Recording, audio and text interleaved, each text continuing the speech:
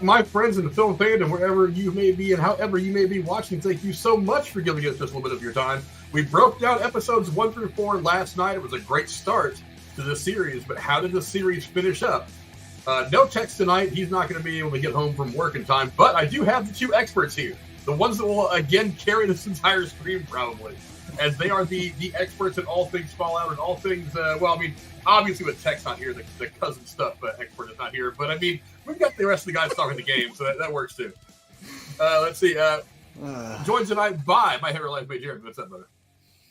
Oh, man, I'm excited. 2 days of reviewing Fallout. I mean, yeah, I don't know what else I could ask for. Two things I will mention. One thing I forgot to mention yesterday is we actually did get past 600 subscribers. We're actually sitting at 602, so that's awesome. Because the last thing I think I heard was we were one away from 600. So, hey, got over the threshold. I thought about wearing my NCR armor because if you know, you know, and you know how important that was, because now I can finally say something about the big, I'm going to use the pun, I don't care, the big bomb drop we got at the end of this series. But I opted for something I just bought the other day, which is this really sweet Nuka-Cola bottle. Even got the cap. And the coolest thing about this is I probably can't really show it, but this isn't a sticker. Like, this is like on the glass, and this bitch glows in the dark, and it glows like bright, you know, like uranium bright. So you're going to drink it on stream, right? I don't know. I don't know how well they bottled their Nuka-Colas to keep all that. The bitch's water with some food coloring in it. If I start growing like an extra limb out of my side, just somebody let me know. We'll take care of you. Yeah, just take a. Which one is it? The little hand chainsaw, like she had, which is in the game. You just flop it off. It'll be fun. I'll sleep. I'll put a baby on it. You'll be fine. Yeah, I'll be fine. It may grow back, but I mean, you'll deal with it then. It might. And joining us also, our other Fallout expert is your ghost host. I mean, Broody Gamer. What's up, bro? How you doing? Hey, how are you? Hi, how are you? Hey, how are Very, very basic. I'm just going to sound creepy and like a cousin diddler. So maybe we do have the cousin stuff covered tonight. At least he didn't come in here saying Gary. Gary. Hold on, let me change my tag. No. Oh, that would have been pretty funny. Yeah. But, we already did kind of the breakdown of why we're here. I'll go through it quickly again. Fallout is the American post-apocalyptic drama television series created by Graham Wagner and Geneva Robertson Dworet for Amazon Prime Video, based on the role-playing game franchise created by Tim Kaine. The series obviously stars Ella Purnell, Aaron Monton, Kyle MacLachlan, Moises Arias, Zela Mendez-Jones, and Walton Goggins. That's all I'll really go into. I mean, let's get into the meat and potatoes of these last 4 episodes. Not necessarily episode by episode breakdown for 5 through 8, but I mean, there was a couple of big reveals. I want to start with those. First was exactly Walt Goggins' character's connection to everything that happened that led up to nuclear war, his wife's involvement in all of it from Vault-Tec. And then, of course, her father's Ella's father is involved in it as well. He's one of the higher ups. Those are 2 big reveals that came over the course of the last 4 episodes. They really did. I mean, because this show was kind of a good mix of like comedy and action and stuff like that. But the tone turned really, really quickly once those reveals started to drop. Yeah. Jeremy, I'll go to you first. Which one of those reveals was the biggest one to you and could have the most significance going forward?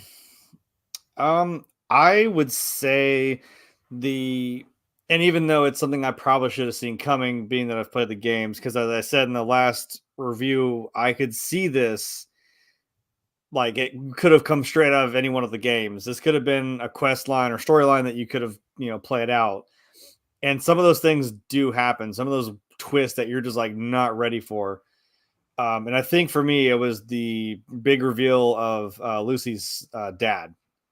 Because we kind of keep alluding. I mean, we kind of already laid the seeds of like Walton Goggins' wife, because she works with Vault-Tec. She's in it. She's already wearing one of the Pit Boys. It's kind of like the first tell of like, even he's like, you're with these people, really. And he's not really sure how to feel about it. And there's his Cooper's little story, kind of not side story. It's a main plot point, but him trying to figure out like what's going on inside Vault-Tec for real, even though he's the face and kind of a spokesperson for it, kind of their, like in this day and age, it'd probably be like, it'd probably be like Shaq or somebody fucking speaking for Vault-Tec because he just does. Shaq just be doing stuff out here, okay? Kind of same thing, but that still kind of shocked me that I'm like, oh, we saw this, situation room of like some Dr. Strangelove type of shit where they're all these big heads of these companies are all together, conspiring because like, well, of course they would be. And it's like, man, you're with Walton Goggins the whole time thinking like, he's like, come on, baby, come on, just do the right thing, say the right thing, come on.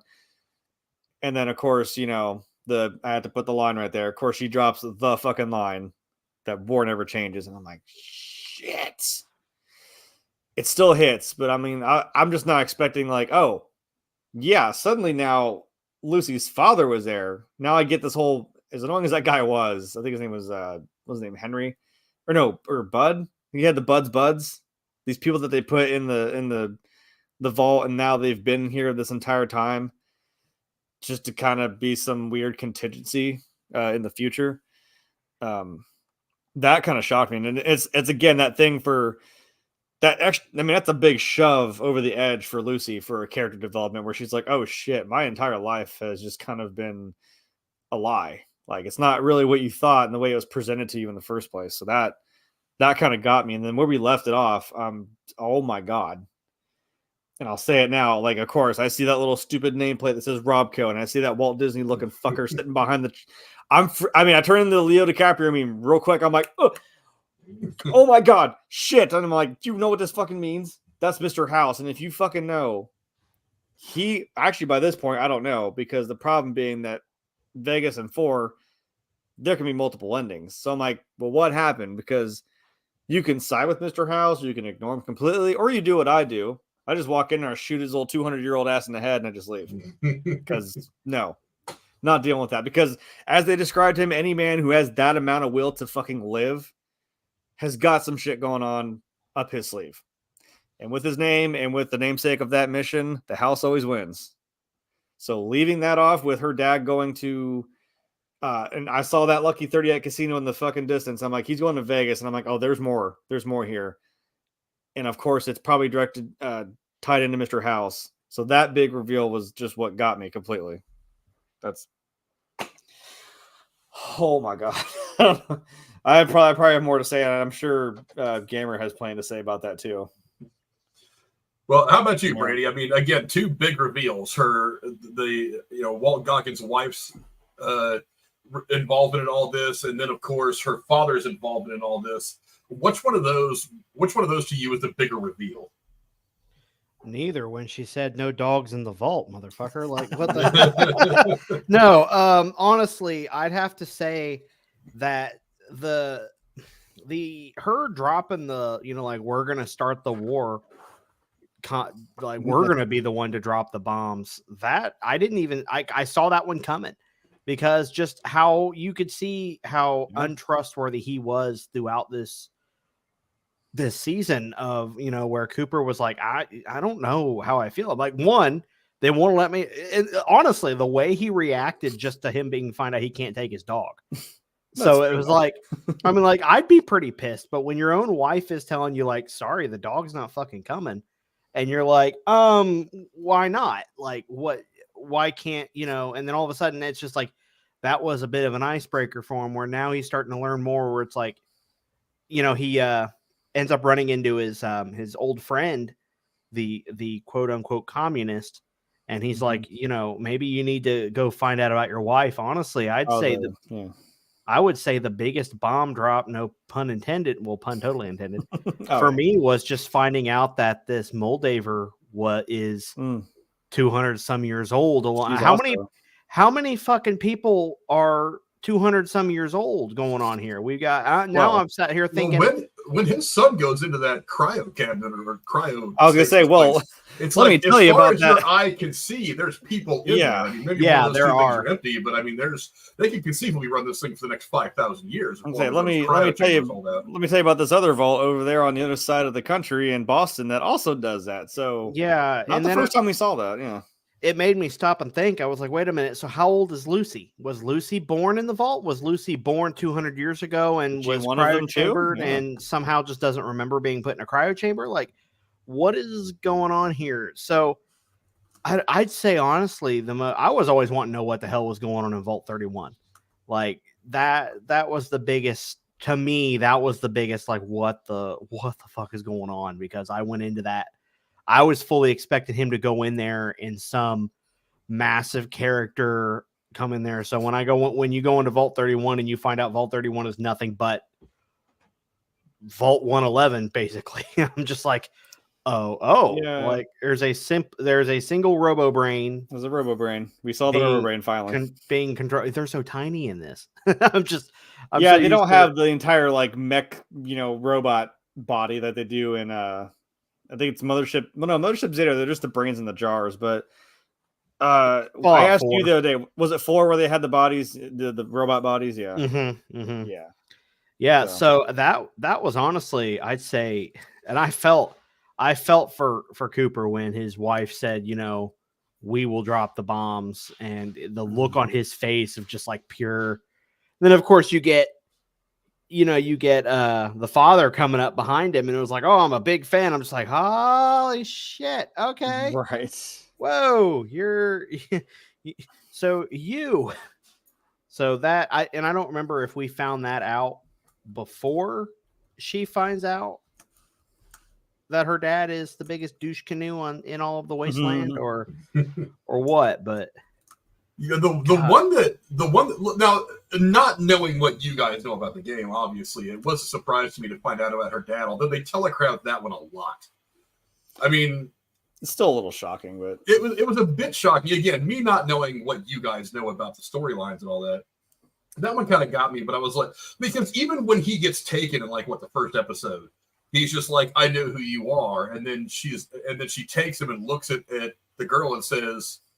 She says something that makes it very clear that there's something about him that is not widely known, and so it's like automatically I'm like, what is this guy's place in the larger thing? Because he wouldn't be important enough to kidnap in the first place if he wasn't kind of important to the grand scheme of things, the whole mosaic of what's going on here. So that didn't really surprise me. His depth of it all kind of shocked me. Like when he walks in and Walton Goggins is like waiting in his wife's office and he just has to be the one that walks in. I was like, oh, okay. So somehow he's been alive for 200 something years running this vault. And then it all gets exposed. The one that really got me though was his wife. It's like I was on the fence for a while about whether she was actually a part of this or whether she was an unwilling participant, or maybe he was going to find out, that something was going on and she didn't like, and at the end of the day, and she was going to be like, oh, well, now I got to try to do something to stop it. And that was going to be part of why he became a ghoul and so on, part of his backstory. But that one moment where, they're in that meeting and their little clandestine thing, the whole Dr. Strangelove moment, and they're going on and on about this. And it's like, as they're talking, I'm like, this is going to be where you define her character. And then she says, we're going to preemptively start this war. We're going to drop the bombs ourselves. I was like, to see the look on his face. Yeah. Like he was reacting to that reveal the same time I was. And I was like, holy shit. Yeah. And that made the moment at the very end of the movie where he's like, where the fuck is my wife and kid? Right. It made me wonder. I was like, why does he want to find her? I get why he wants to find his kid, but does he want to find his wife because he wants to try to save her, or does he want to find his wife because he wants to beat her ass for destroying the world? Or now he's the way he is now because of it. Yeah. That's the question now, because they made it very clear in this movie. It's like once you get to the surface and start dealing with all the way the world runs now, it changes who you are, what you want. It fundamentally alters who you are and how you're going to exist from that moment on. And I feel like, going back on it a little bit, he doesn't really want to save her, to find her, to rescue her, to try to rebuild the world with her. He really wants to take some kind of revenge on her, because it's not just she was part of doing this really bad thing. There's a very personal score to settle, because his wife was somebody who really let him down. It's like she really showed herself to be not the person that he thought he was marrying. That's a very different kind of betrayal. Yeah, not only that, like, you don't know where the hell she's at when those bombs start dropping, because him and his daughter are at a birthday party. So is she in the vault already, just assuming that they're in there? Or did she be like, So did she just sell out her own husband and daughter? Like, or not even sell out, Well, but just like pretty much sacrifice them. Well, I'm pretty sure that he probably, because we never see where he rode his horse to. Once the bomb drops, he throws him and his kid on the horse and ride off. It never says where they ride off to. There very easily could have been a vault somewhere nearby. Well, didn't they also? I mean, didn't they already kind of lay the groundwork when you first see him in the episode, and they're like talking about his alimony and all this other crap. So I'm thinking, like, wait, did they maybe get separated or divorced, possibly? So, oh yeah. So I'm like, because I mean, maybe we're assuming, like you said, she was in that meeting of all those, higher ups of, Robco, West Tech, all these other companies that are pulling strings. They're already doing this. They already know they're going to be the ones to start this. They're already in the vault by the time that happens. So that's what I was wondering when he said, like, where the fuck is my family? I was like, oh, wait a minute. Yeah, she might have already been, she's in. She's probably still kicking somewhere. But I mean, she could be one of the buds as well. Like they were all frozen and kept down there. Yeah. And again, if you tie in because they did finally come out and say that all the games are canon. Yes, even New Vegas. So that means, because if you know how New Vegas is, Mr. House, who we saw, Mr. Walt Disney looking, he's still alive in 2281 at least. In New Vegas, he's in a vault, or sorry, not a vault, in a casino that no one has set foot in the last 200 years. That's always no one has set foot inside the Lucky 38. Obviously, your character in the game gets to go in there when you talk to him, but you're talking to like a Tony Stark-esque, like it's his consciousness uploaded into these computers. So you're talking to him through the screen. But if you actually, dip to the left a little bit, get past the Securitrons, open the door, go down this long hallway, this pod comes out, and there's this shriveled, like, still alive, but just shriveled human being inside it's him. It is actually him. And I'm like, I would say, I was like, well, a nice little 357 to your dome is going to feel real nice, isn't it? Yeah. That's how I play. I kill him because I can't. I know. I can't with him. I was really shocked to see. There was like 10% of me thought that Moldaver was her mother, or some way, just because I was like, he was like, you could tell the whole time, like he was staring her down. Like, was he, like, well, I know who you are, and she's like, everybody knows who I am, but which honestly I thought was really badass. But when I'm like, could that be her mom? And she just, because obviously he's kept her from remembering a lot of things, so could that be her mom? And then to find out that her mom is a fucking ghoul, like, that sucks. What the ghouliest of ghouls, not just any ghoul. Like, she was missing half her face. She was Walking Dead levels of ghoul, and I'm just like, oh shit. And I'm like, and that there had to be something was going on between Moldaver and the mother that I don't know if. Well, you wouldn't have held somebody's ghoulified hand like, hey, we did it, and then die. I'm like, well, yeah, so. They were working together on something. So yeah, and I mean that honestly caught me, because when they were in there, I'm like, why is that particular ghoul sitting there? Like, well, it was kind of telegraphed as shit. I was like, that's her mom, isn't it? That's Lucy. Yeah, that's where I was like, I'm like, are we? Is that her? I didn't catch it at first. That caught me totally off guard. I was already like, and then it showed the necklace. I was like, she's finding out something right now. Well, I love that, like, she's like, oh, I think when she's already like, oh, I think you already know where your mom's at, and then just like pans over. Oh, like, that was like the mist levels of bullshit. Well, because I'm like, why you coming to this weird dinner party with your dad in a bird cage, and then you got Moldaver, and then the place setting of like, hey, there's this ghoul. I'm like, why are you here? How'd you get your invite? Like, what is this? Did you get your? I figured they were important, so I'm like, it's gotta be her mom. I loved the interact. I would say this is the only episode where I actually liked Maximus, because when he walks in there. And he's just like, what's wrong? What's going on? She goes, he did it. And then you get that one quick flashback for like the 90th fucking time of that little boy crawling out of a fridge. I'm sorry. Mm-hmm. You don't need to show that damn scene so much. You know, Batman's parents died. Jesus Christ. They milked that shot for everything it was worth. Oh my God. And it was like, oh, but have we shown this kid smiling at this angle? Yes. What about this? Yes. Did the light around the Brotherhood Night get just right when he turns around with that big gun? Like, did we get it? Okay, we got it. Have we elaborated that this kid needs fucking braces crawling out of a fridge? I don't know. What are you gonna do in a nuclear wasteland, man? You can't. So it was just that They was pay money for teeth in that world. Remember, I don't think they're putting it in or taking them out. that was good. That was funny. But that was the one part of that whole situation where I was like, you looked at him and he was just like, you son of a bitch. And of course he gets his ass knocked out instantly. I'm like, come on, can this poor guy like You broke his nose for the 18th time. yeah, and like the one time he goes up against those guys looting the suit or trying to loot the suit, and he crushes that dude's head like a fucking cantaloupe. Oh, I love the fact they actually just showed it. There was no like, oh, quickly pan away. It was shown, and I loved it. But like, is there any time that this poor guy can't just get a few good hits in on somebody? Like, but well, I think he did. I was trying to split this in half, and I will say, like, yeah, I didn't really like Max, but like, I felt like the last half of this, all of a sudden, like, I'm like, oh, there it is. There's the character. There you go. I'm like, now he actually kind of has some. I think he actually said something, meaning and worthwhile, and not just me having to be up in his grill like this far, watching him go like and smile like a fucking weirdo every 2 seconds. I'm like, so I heard there would be dinosaurs on your dinosaur tour, right? Yeah. And he kind of had his, I know we talked about some Walking Dead references. He had his little Rick Grimes moment where he had the real head, and he's like, oh, we'll give him a fake head. And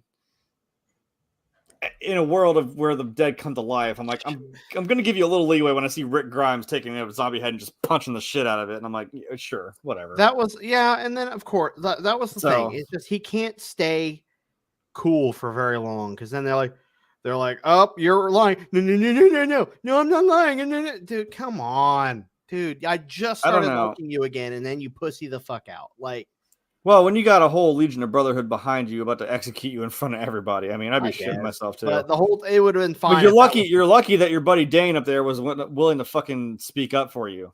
Which I guess in the end, did we find out that he put the blades in the boot himself? Yes. So weird. He was not wanting to. I don't know if he was just afraid or he didn't want to, or I don't know. I'm sure season 2 rolls around, we'll find something new out. They blamed, well, the whole time they kept talking to each other. It was like, I told him it wasn't you.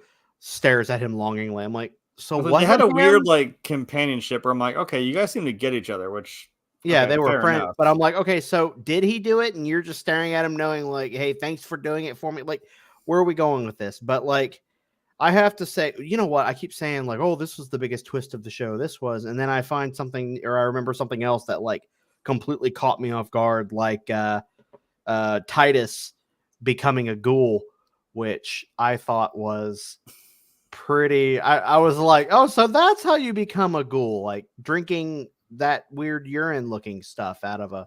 Oh, you mean the snake oil salesman dude? Sure, the chicken fucker. Yeah. Yeah, you mean no, not Titus. You mean the squire. Not Titus died. Remember? Thaddeus. That's not Titus. I'm sorry. Thaddeus. Oh yeah. Thaddeus is the other guy. It's like, wait, he Titus died. Gets his fucking foot just. That was insane. It's ironic that you brought up chicken fuckers. Casey's here. Yeah. Good timing. Good timing, Casey. Good timing. You heard this game is based on a video game series. For he knows when the rooster crows. If you knew anything about video games, you would know this already, Casey.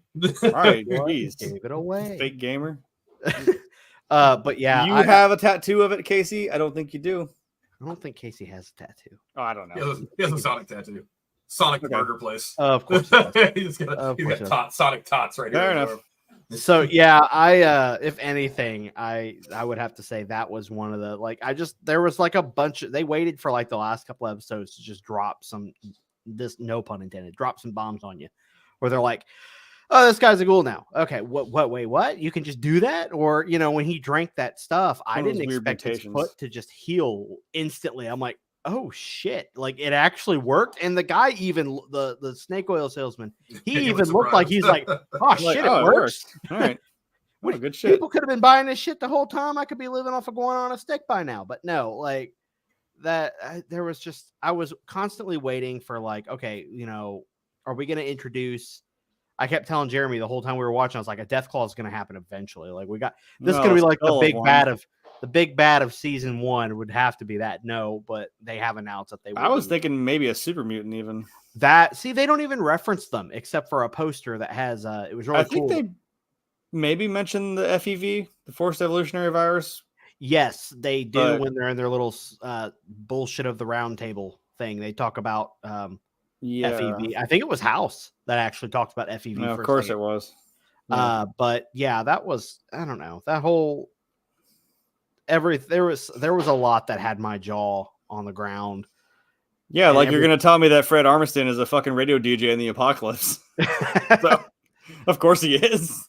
And that's the music he picks. Yeah, not everybody likes it. I'm like, yeah, okay, dude. Jesus. Bring 3 Dog in, please. Oh man, I'm hoping for 3 Dog. I kind of get it because he's on the East Coast. When I saw the radio station, I got a little excited. I thought maybe it would just actually be 3 Dog, but it wasn't. I'm like, well, that's okay. I would have taken if they were just scrolling through radio stations on their Pit Boy and you just hear 3 Dog. Ow! And be like, yes, Yeah. that's all. I would have There been it happy is. with that. But Yeah. Listen up, children. Yeah, you got to have it at least once. And now some music. Yeah, also, you bring up an interesting point, and something that is another kind of big question that I'm left with now that this first season is over, is how did her mom get out of the vault? Why did she leave the vault? Yeah. I mean, I'm thinking in my head that maybe she was not, that much like Walt Goggins and his wife, that maybe her and Kyle MacLachlan, like he was not telling her the whole story. I was like, I don't think she And knew. She didn't have the luxury of having that, having that listening device on him, so she didn't really know. And then after they got into the vault, she found this out, and she either was banished for whatever reason, or she escaped to try to expose it all, and that's how she hooked up with what's her name, Moldaver. I was gonna say because Shady Sands was right there, so that'd be that'd be the biggest nearest town right there with the NCR that you could have stumbled across. So that wouldn't have been too hard of a feat. So yeah. I was kind of still wondering, like, so what is the importance of the guy from the Enclave? I'm like, what does this cold fusion thing do? And basically, it's your basically like your lifelong battery. And I'm like, okay, thank God, Shady Sands lives again. Hell yeah! As much as I mean, I am. Gamer at least told me that they do play the Fallout theme in the show, and I was like, oh, sweet. So it's like as soon as Lucy sees the NCR flag, she turns around. You start hearing the notes from the theme. I was like, oh shit! Here we go. Here we go. Too. It was well played. Yeah, that's still God. That hits you. That whole vault was just fucking weird. Like we're talking about the one with Vault 4? Vault 4, fucking Lucy Goosey, and I'm still mad that I'm like, oh wait, that means her name now is Lucy Goosey, and that makes me laugh. The whole time I'm like, okay, so I was like, out of every Fallout game I've ever played, I've never, or even like done all the lore on, I've never seen anything with Cyclops. I was like, so what is this all about here? Where are we going with this? And I still, unless one of you can explain it to me, I still don't understand what the fuck they were doing in there. Were they already working on mutations? Was it going on prior to them and they were just protecting them? Like what? Well, remember where the FEV started? It started out there in California. So I wonder if they were just kind of doing the same thing, working with like genetic mutations and stuff to try to. And we saw it at the end. We saw the big gulper, like, is what came out of the. I was hoping for a super mutant. I thought that's what was happening, and that was like the start of it. Because we saw that family with Walton Goggins. So I'm like, this is at the beginning. They said, like, these people that are in this vault aren't the original people, which is kind of how it works after 200 years. Yeah. So they did that, and they released that gulper out into the world. I'm like, well, so your experiment. I mean, we had to sit there and watch a woman basically give birth like how a fucking seahorse does. She just water birthing all this shit out of her. And I'm like, oh, and they all just turn around and eat her. And they eat her like a bunch of piranhas. I'm like, well, that was messed up. Okay. So that's what I was like. And then I lost it because it lost me because the overseer, I can't, all I hear is the progressive guy anytime he talks, because that's the same guy who does the progressive box. I knew he looked familiar. Okay. I was like, who? Yeah. Yeah. Every time I heard him, I was expecting to hear him say progressive. And I'm like, fuck off, dude. But he was like, yeah, that was actually my uncle something. I'm like, so wait, a human turned into a gulper? Like, where are we? Can we stop for like 5 minutes and just. There was a couple fingers in that thing's mouth. So yeah. A couple fingers. But yeah. And then they were like, I had a moment where I freaked the fuck out when she's walking and she goes into the room full of all the incubators. and like in the background there's like a big tank and something goes up against it, and for a split fucking second I thought it was a ghoul whale because they kept talking about ghoul whales in Fallout 4 but you never fucking see one.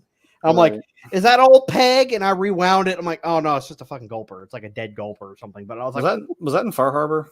Yes. Because I'm like, the good old sea shanty DLC was Far Harbor, so I'm like, I expect it to be in there. It was just random banter that you would hear. A couple coworkers, a couple like-minded gentlemen. Yeah, a couple characters just sitting there talking, and if you sat there long enough, she would talk about how like, oh yeah, my pappy saw it. It raised out of the water. It was a great ghoul whale. It sounds like a fisherman's tale. That's and then you drop a DLC next about the ocean. I'm like, you cannot tell me. And then I find out that there originally was going to be a whole level dedicated to the ghoul whale that got scrapped because they just didn't have enough time, called 20,000 Leagues. I'm like, come on. So that's what I thought that was in the background. I'm like, oh my God, it's a fucking ghoul whale. But they actually, I hope they bring in my absolute favorite DLC. And I am including all DLCs in 3 and Vegas. You can do this one because it's not exclusive to a certain area like that, like Far Harbor.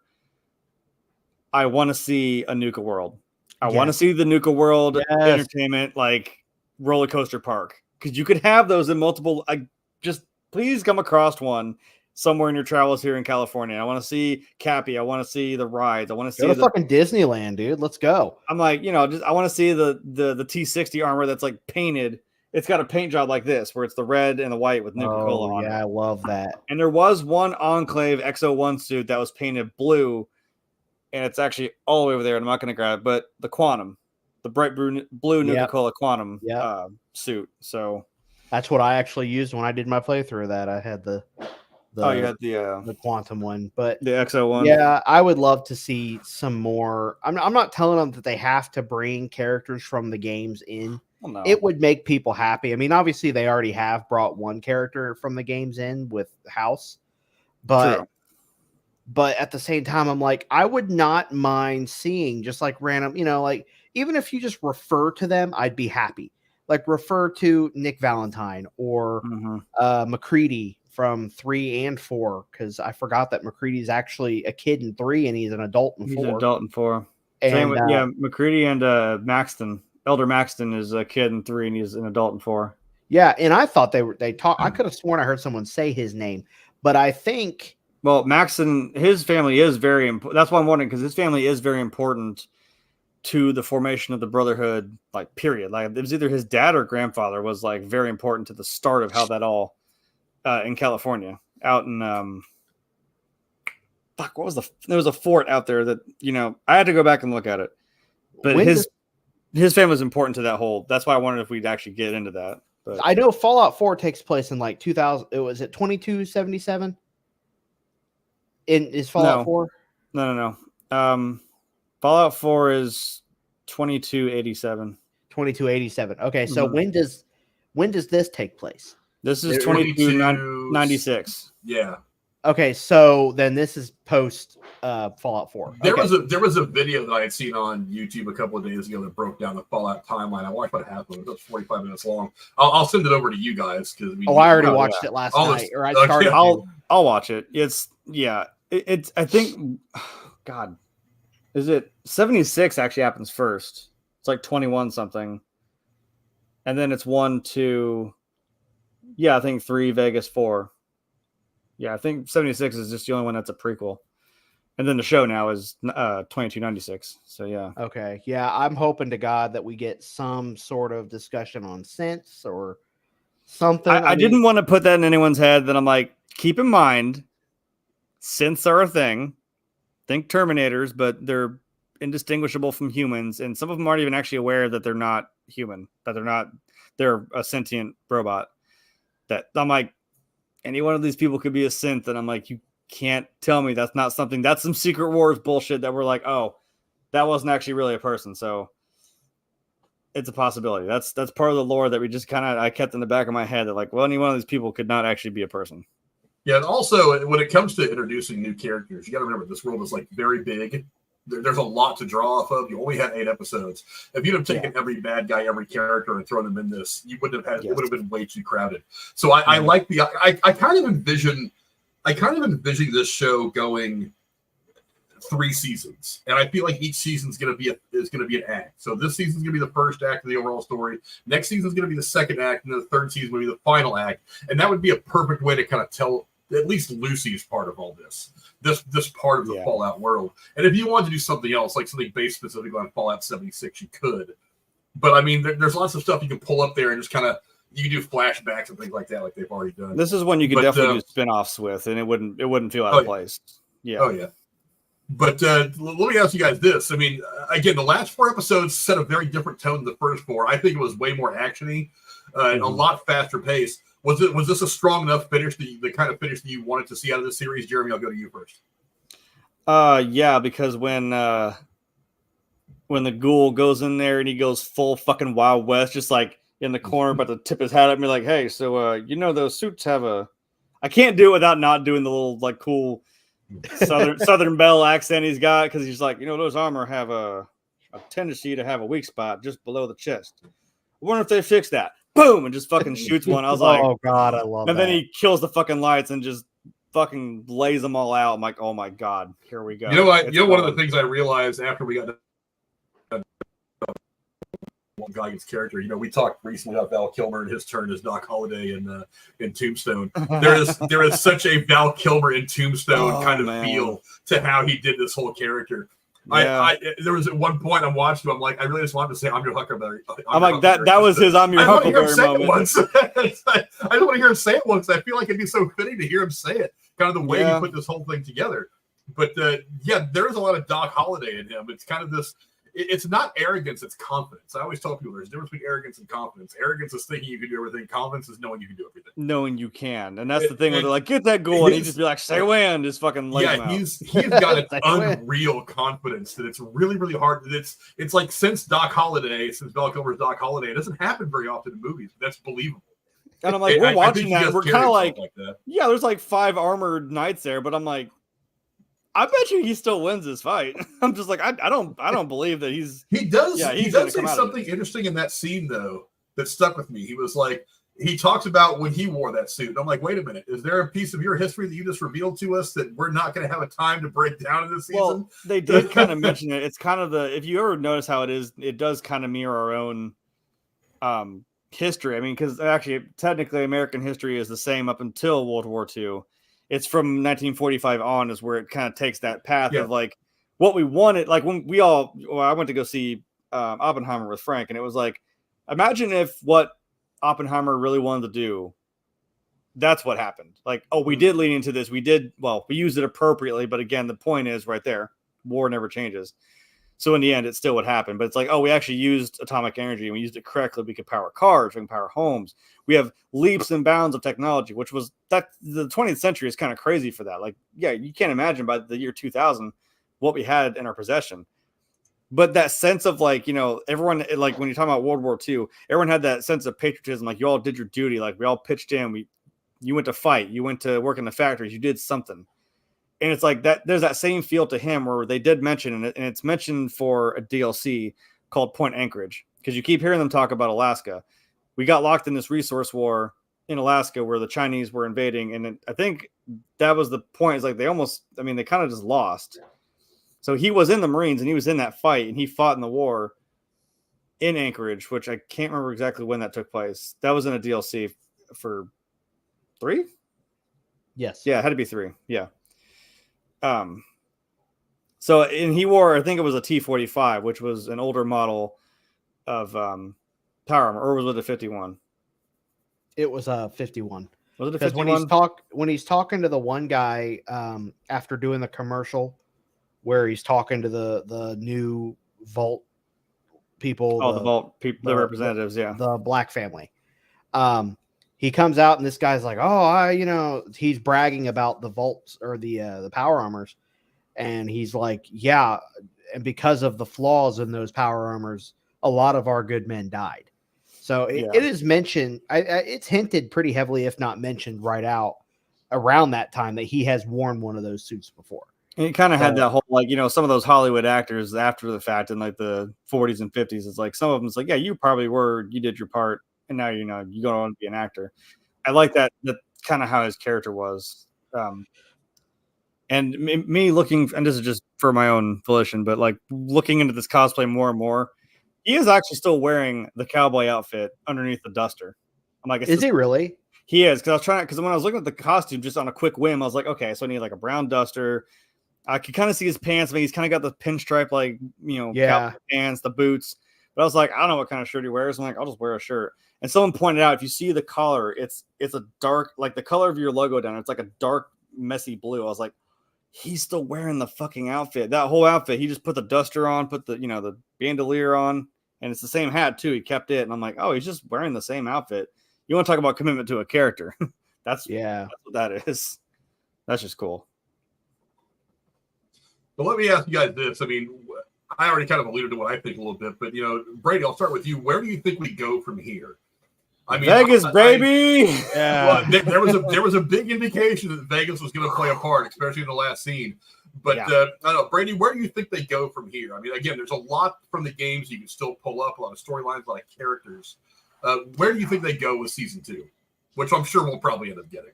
Oh, we'll go. They better. I don't know. We're gonna, of course, I don't think, like, looking character wise here, I don't think that Cooper and Lucy are gonna just be like, okay, well, now we're on the same side. You kind of learn the whole reason why he hates her as much. Like, he's such a dick to her, even though he's like a family man. Even as a ghoul, he's got, he still loves his dog. He still loves his daughter. So you think he would be all kind of mushy over a woman or a girl who's looking for for her daughter, or God damn it, for her father. So I think, we're going to be getting a lot of good character development with the two of them. Of course, now you're going to be getting Maximus, who is being praised as the hero and the killer of Moldaver. Yeah. Even though he was just standing there watching the show as usual. Like I said, Dane's a great wingman. We're going to start seeing get it. I'm like, we're going to start seeing this man be put into situations where they're expecting, they're going to be expecting the Silver Shroud when they're going to be getting fucking somebody definitely. They're going to be getting that whiny ass Volt Tech salesman. That's what they're going to get when they're expecting. I love your. Oh my god, I love your reference, and I hope we see the Silver Shroud. That'd be so fucking cool. Oh, but we never saw the Mysterious Stranger either, which is kind of wild. I thought we'd maybe see that. I'll take a poster. But I think we're definitely going to be expecting now. Now we're looking for her father for all the opposite reason of what we were looking for him for, and now you've got two people. It's going to be, I'm more excited, honestly, just to see what the hell's going to go on in the vaults, because we last left off and they did not cover it whatsoever. But, everybody from Vault 33 then goes to Vault 32. Yeah. Am I right there? I didn't get that backwards. And so it's like, what the hell are they being sent over there for? What's going on? There's something way more in depth than what we're, what we're being given. There's something seriously shady going on. It's just, I don't know. There's so much story to sit here and think about that. Where are we going to cover? I'm still on the mindset of like, are we going to get a fucking Deathclaw? Like, can I just get my Deathclaw and I'll be happy. I'll shut up. I won't ask for it again.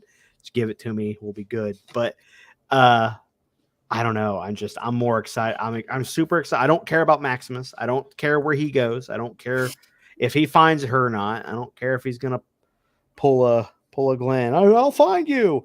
But I definitely want to see. There it is. I definitely want to see where Cooper and Lucy are going to be going, and see the adventures of Cooper, Lucy, and Dogmeat and Dog. Yeah, Jeremy, how about you? Again, there's a lot of different ways this could go, a lot of different characters we could bring in to expand stories.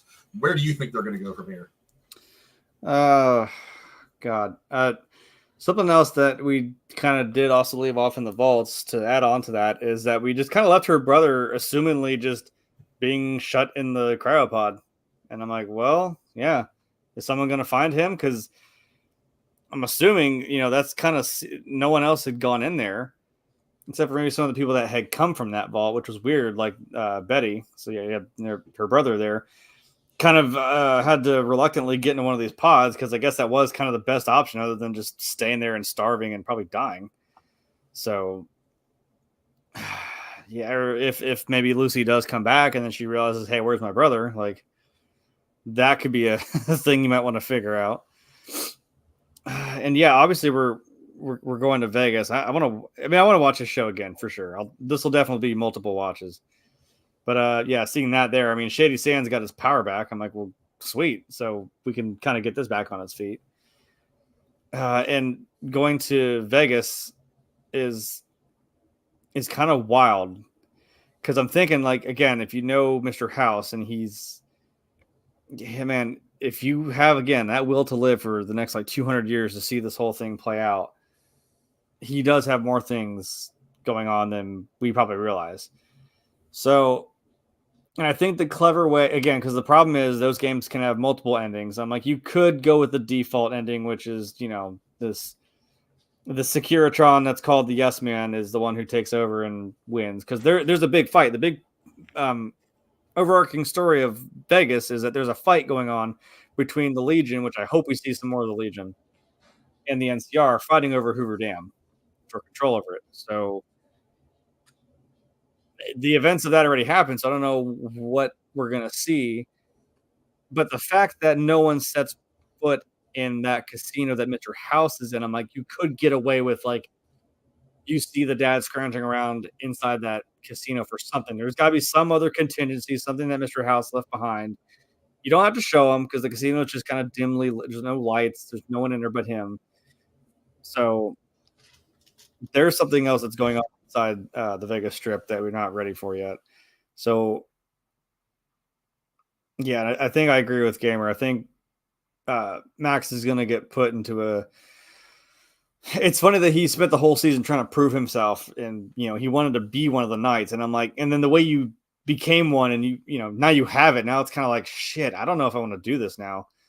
And he's gonna have some hard choices coming up. And then I'm just here for again, Cooper and Lucy just gunslinging their way to Vegas. And speaking of the big animals, which I know is also a highlight. Two things I want to see in Vegas. I want to see a rad scorpion. So if you imagine a scorpion the size of like a fucking bus, there's that. And yeah, maybe some death claws and a cazador, which is just like a murder hornet, but again, the size of like... I Googled that last night after you mentioned it, and I was like, holy shit, that'd be kind of badass. Yeah. You see what I mean? Or the little fire geckos. Like, I forgot the little fire geckos that are the size of like a fucking small dog that like shoot fire. Oh, yeah. Or the fire ants, which were actually in 3, but I mean, that's... I don't know. Or the super mutants. Yeah, we could... Jacobstown, where the one super mutant was at, along with that doctor. Fox. Is it Fox? And then I don't remember the doctor's name. That could be a pretty important thing to see. Yeah, because when it came to sentient, I wouldn't say sentient. They were all sentient, but intelligent wise, when you look at death claws, when you look at those, you get... I don't remember the one from Fallout 3. It was an old lady. Because oddly enough, it turns out that maybe... I just know that like looking into when it came to super mutants, you find out that they're all primarily female.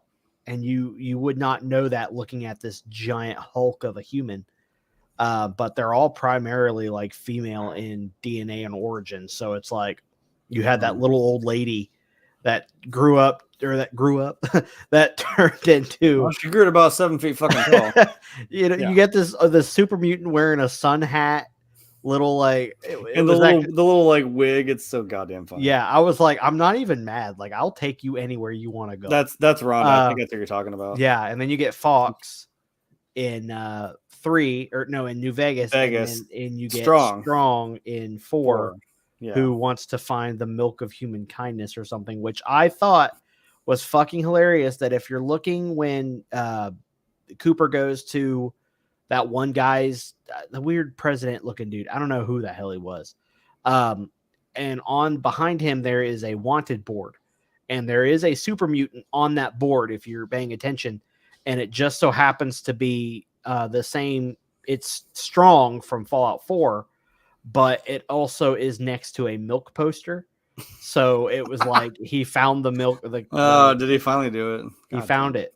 So I was like, okay, that's fucking great. So stuff like that, like, when I was talking earlier about not necessarily bringing a bunch of characters over, but just references to them so that we know, okay, like, I think this would be funny, and it would kind of give weight to the fact that in every single game there is a dog companion, and we're obviously like, yeah, obviously it's not the same dog meat every time, but that would be the perfect one to do because the dog in that game, whose name is Rex, who's like 3/4 of his body is just robo like cybernetic dog. He is actually like 200 years old. He used to be a cop dog in the Denver Police Department before the war. And he does survive it by being, they kind of RoboCop him, actually. The Denver Police Department kind of RoboCop this dog. And that's how he survives, and he's still alive when Vegas comes around. So that'd be funny if this dog meat and that dog just for a second were like sniffing at each other. Like, wait a minute. We just see. I would kill for that fucking dog. Like, the cybernetic dog would be fucking cool to see. Because imagine that brain in a jar. Yeah, it's he's got a little dog brain in a jar on his head, and 3 of his 4 fucking limbs are robotic dog legs. That'd be pretty funny to see. So I want RoboDog now. Yeah, I that would be cool. Well, cool. They're making that stuff at MIT now, that crazy robot dog. So I mean, we're kind of getting there. Oh, but yeah, there's Rex. But I kind of already talked a little bit about what I think is going to happen. I think what's interesting, as I was thinking about it yesterday after we got done with the stream, I was thinking about the ending of the final episode, and it kind of reminded me of the ending of A New Hope of Star Wars Episode 4. That everything that happens in that movie really was, if you think about it, just the initial steps on a much larger journey. Even if we're just talking about that original trilogy, it's a much larger journey. And I felt that from this ending. It's like, yeah, she found her dad, which was her entire point of this entire season. But now that she found her dad, so much more has been revealed to her. Now it's almost like if I were her, I would feel like I can't go back. Kind of like her, Aunt Rue and Uncle Owen have been wiped out, and there's not really anything to go back to. There's no moisture farm to go back to. It's now I have to go out. I have to see this thing through the end, whatever that end is, whether it's the end of this story, end of my story. It needs to. I need to see this all the way through as far as I can. So she's kind of in the same position that Luke Skywalker finds himself in. Is like there's so much out there now that I know, not just that I know about the universe that has been revealed to me, but so much more that I know about myself, my own personal history. I mean, now she's got to question her own lineage, her dad, she finds out about her mom. She's got to have the same questions I have about her mom. It's like, did she escape? Was she banished? How did she get out? She doesn't even know yet that her key was used to get into Vault 31 to wipe the place out. So it's like that kind of has to be answered as to whose key, who used the key. Under what circumstances and all that? I mean, was it something more innocent, or was it some raiders that wanted to get in there and wipe the place out? There's still so many questions that she needs answered when she's walking away with Walt Goggins at the end of the movie. I kind of saw Luke Skywalker and Princess Leia standing out at that window looking out over space. Like, the journey's in front of us now. Yeah, we've taken these initial steps, but the journey's in front of us now. And I think that's where she's at. That's why I like the idea of maybe this thing going 3 seasons. And the second season ending kind of the way that Empire did with Han and Carbonite, and it looks like the good guys have their backs against the wall. And I'm kind of hoping that that's the way the second season ends, and then we just start the third season. We just hit the ground running because it's like now it's just a bolt. It's just a sprint to the finish. Let a bunch of stuff happen real fast over 8 episodes. Whether these how long were these episodes? They were about 50 minutes long each. About an hour. Yeah. Somewhere a little over an hour. Yeah. So yeah, I mean, just hit there's no more setup that is needed for even the second season. So we know where we're all at now in this game. Hit the ground running, and let's just tell a shit ton of story because we don't have to set anything up anymore. We might introduce some new characters and stuff. Obviously, they've already gone a little bit of ways to do that. They might set up a couple of new factions along the way. I don't think they're going to bring in all of them. I think that might overcrowd things a little bit. They could go past 3 seasons, but I mean, for whatever fits for a cohesive story. But that's kind of where I would like to see it go. Where it's going to go, I have no idea. But that's where I'd like to see it go. But let me ask you guys this real quick. We've talked about video games storylines transferring over to movies and television, and it's sordid history to this point. Let's just say it's like, but Super Mario was a fucking gem. You leave it alone. It's one of those movies that's so bad it's good. You can't. Yeah. It's like a train wreck. You can't stop watching it. But once you hit play, you just can't take your eyes off it. Yeah. But hey, Dennis Hopper is all I got to say. Dennis Hopper makes that movie worth watching at least once. But I mean, now we've got this show, which has done very well critically, has done very well by the hardcore gamer fans like you guys, people who are familiar with the stories. Prior to this, we had Last of Us, again, very widely acclaimed. A lot of people loved it. Is this to you a sign that maybe for some of these games, most of them, not all of them, most of them, that maybe a series is the way to go to properly tell these stories and not a 2.5 or 3 hour long film? I guess with a game this size, like you said, with as much lore and how widespread this game takes place, not just in time but in scale. Yeah, there's a lot, and doing it in a longer form like this is probably the best idea. It's not to say like something like I was trying to think even before. Then we had the Mario movie. And then before that was maybe like Mortal Kombat. And I was thinking like Mortal Kombat. I'm like, that's a big fucking roster of characters in the Mortal Kombat universe. And that is kind of a big story. It's not to say you couldn't make, I mean, I hope they do. They make more movies out of it and you can continue this. I guess maybe there's a little less setup. You kind of get the point of Mortal Kombat pretty quick, right? But something like this works better in a long form to tell your story as cohesively as you can, because again, when you're doing a game, you're playing a game for 10, 20, 30, you can go up to like 60 hours. You can play some games for a long time. And even then it is like the whole, like, oh yeah, this book is like 1,200 pages and the movie's 2 hours, you know what I mean? Or even a show. I guess the best example of that now is Harry Potter, because unfucking fortunately, we're already redoing that shit. What? Yeah, now we're making. Now I understood your platform of like, we want to make a season focus on one book. I'm like, okay, great. You can do that now. You can. You're still not going to shut up the people that are just like, well, the book is better. No shit, it's better. We know that. There are so many more things. The book is more often than not better than the television or film. There it is. I just got my mom with that. Yeah. It keeps seeming like it has credibility that they're gonna. I mean, it seems like it just ended. I'm like, I think it did, like maybe 10 years ago.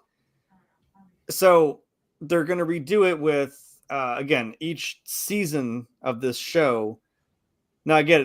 That's your job security. That's your, you got 7 seasons now at least for each book, and you can put more into it if you do that.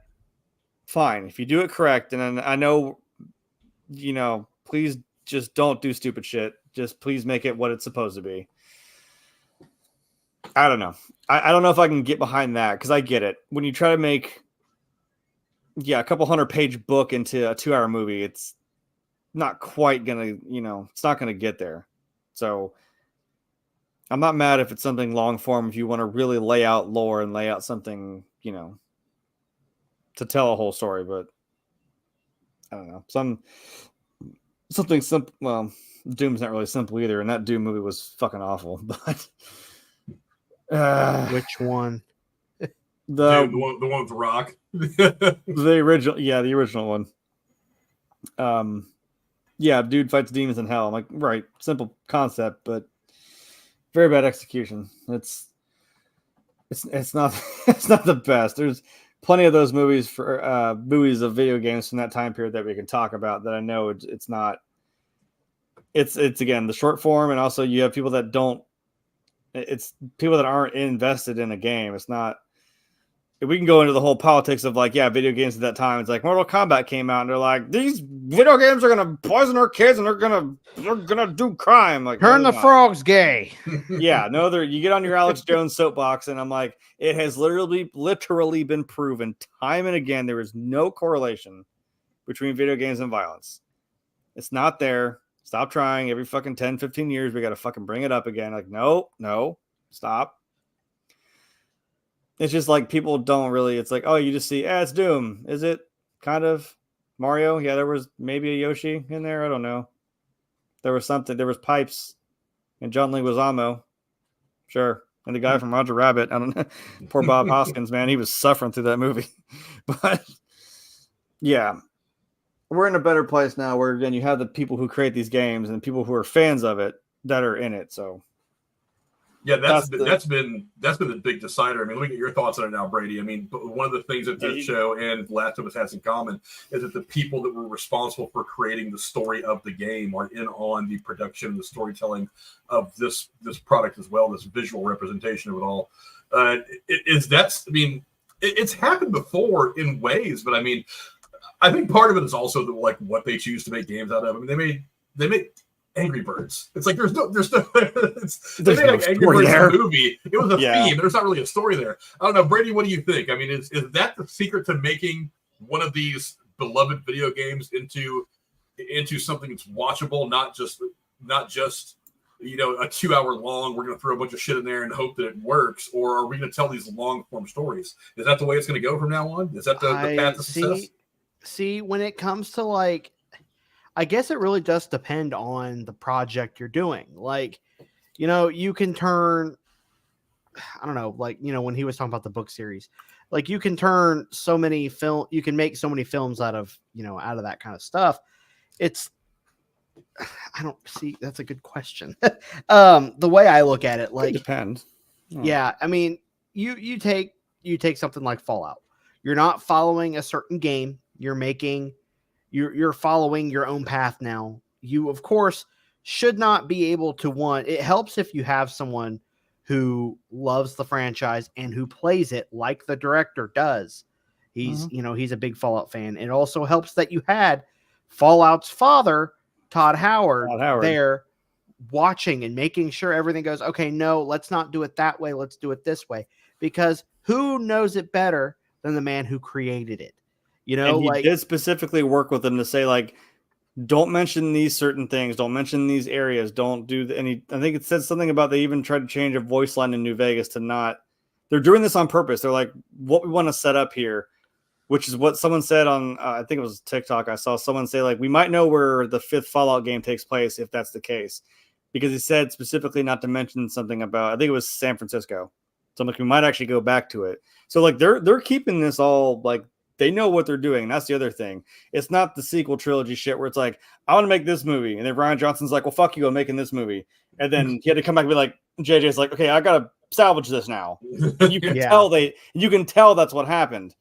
This was all, and it wasn't like even a show where you're like, oh, that person directed this episode. And you just wanted to shoehorn your self-insert in this episode. And it makes no fucking sense. This was all, I'm sorry, just trampled right over you. I'm like, but it all was a coherent thing that made sense. And they knew where they were going with it. So yeah. I just, that's the way I look at it as well. Just like, it's the whole thing makes me incredibly nervous to see, like, what could happen if we decide to, like I said, if we were to make a freaking Elder Scrolls series, I'd be like, okay, now how do we make this not look like we're just making Lord of the Rings, or or we're not making another Game of Thrones? Because if I were to go into show someone Game of Thrones who's never heard of it but knew everything about Elder Scrolls, to be like, hey, what do you think of the Skyrim series? And someone would probably be like, it's actually really fucking good, till you find out, but it's just the whole. I feel like I have I lost my train of thought like a half day ago at this point. It's just, if you're going to continue with the series, bring back Todd Howard, make sure he is right there in the passenger seat while this goes. You don't make a project like, I will always somehow refer back to this, but when Jurassic Park was being made, Michael Crichton, the author of Jurassic Park, was there to make sure he was, hey, how does this look? Does this, they consulted the book, they consulted the man, the god of Jurassic Park himself, and to make sure the real John Hammond. exactly, to make sure that everything went according to his way. And what would we have gotten if they didn't? Like same with Harry Potter. I think that those films are amazing. I don't think there's anything in there I'd want to do differently. And and having her there, I don't know if they even had her there, had J.K. Rowling to be a consultant to be like, hey, no, don't do this, do it this way. Maybe they did. I don't know. It's been a long time since I've seen like the making of Harry Potter, but I feel like this did, and I said something to Jeremy before. I said, I honestly feel like this show, Bethesda did a better TV show than they did a video game. Yeah. Because the games are amazing. Don't get me wrong, but they have so many problems. And it's like Bethesda they're so well known for just putting out. Yeah. That is part of the charm, unless it's one of those charms that breaks your game and you can't play. Vegas is notorious, even though it's kind of the underdog favorite, where I'm like, yeah, but Vegas is notoriously the one that has the most fucking bugs. Yeah. I will always go back. They'll crash a lot.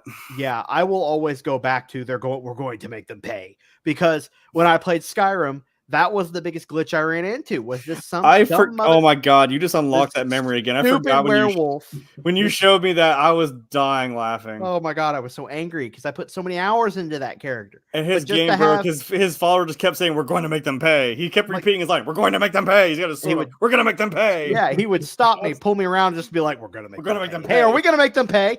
Hey," and I'd start asking. I even yelled at the dog. I was like, "Are we going to make them pay?" I remember that happening. But like, so awesome. That's why I was like, I feel like they did a better show than they did a video game. But I will always continue to support the games. I'll always get the games from here on and continue to play them. But like, I do feel like that we are starting for once to get to Frank's actual question after 3 hours of talking. I think, sidetracked by bullshit every time. I feel like we may actually be breaking the video game movie curse or series curse, because when Mario came out, like you were talking about, I was nervous as hell to go see that. And I even told my fiance multiple times, like, I'm afraid, like, I don't know if it's actually going to be any good. And we left the theater extremely pleased. Oh yeah, we went. It was fantastic. A lot of it's going to depend on the property, though. It's like because when they first said they were doing their Mario movie, I'm like, whatever. Because we're all thinking Leguizamo. I still have the Hoskins Leguizamo Mario and Luigi in my head. I have the bad taste in my mouth. But when they said animated, I was like, that makes sense. Yeah, the first movie animated makes more sense. And of all live action didn't work for me. As I was scribbling down this question to ask you guys about, is this the best way to do these properties now? One of the things I thought of was Assassin's Creed, a similar game, really open world, big world, it's a lot more than what you can really shove into a 2 to 3 hour long movie. Yeah. So, and I was thinking about it because one of the video game movies I had a lot of confidence in, I had a lot of faith in. I played a little more Assassin's Creed than I did the rest of the stuff, but not a lot. I knew a little bit about the world, but I was thinking to myself, I kind of want that one to work because it's got a bit of a Indiana Jones feel to it. It's got the martial arts stuff, which is always really entertaining for me. Hardcore. There's a lot of great actiony bits, but there's also really rich story in there in a lot of places that you can have some great dialogue with. Get the right actors, and there's no way that won't be $1 billion movie. And it seems like every time they do something Assassin's Creed, it just peters out. It's like, and it's not just the gamer fans are always going to be really tough to please, because they're so into the little details, and if you miss one little thing, they're just going to, this whole thing sucks, and they're going to try to shit on it. But that's one of the reasons I always kind of go to the casual fans, or the people that have a decent knowledge of the game, didn't like live it like so many people did, was if they look at it and say, okay, I understand that you can't make a direct adaptation, but they took these really great points of the game and made it into a great feature film.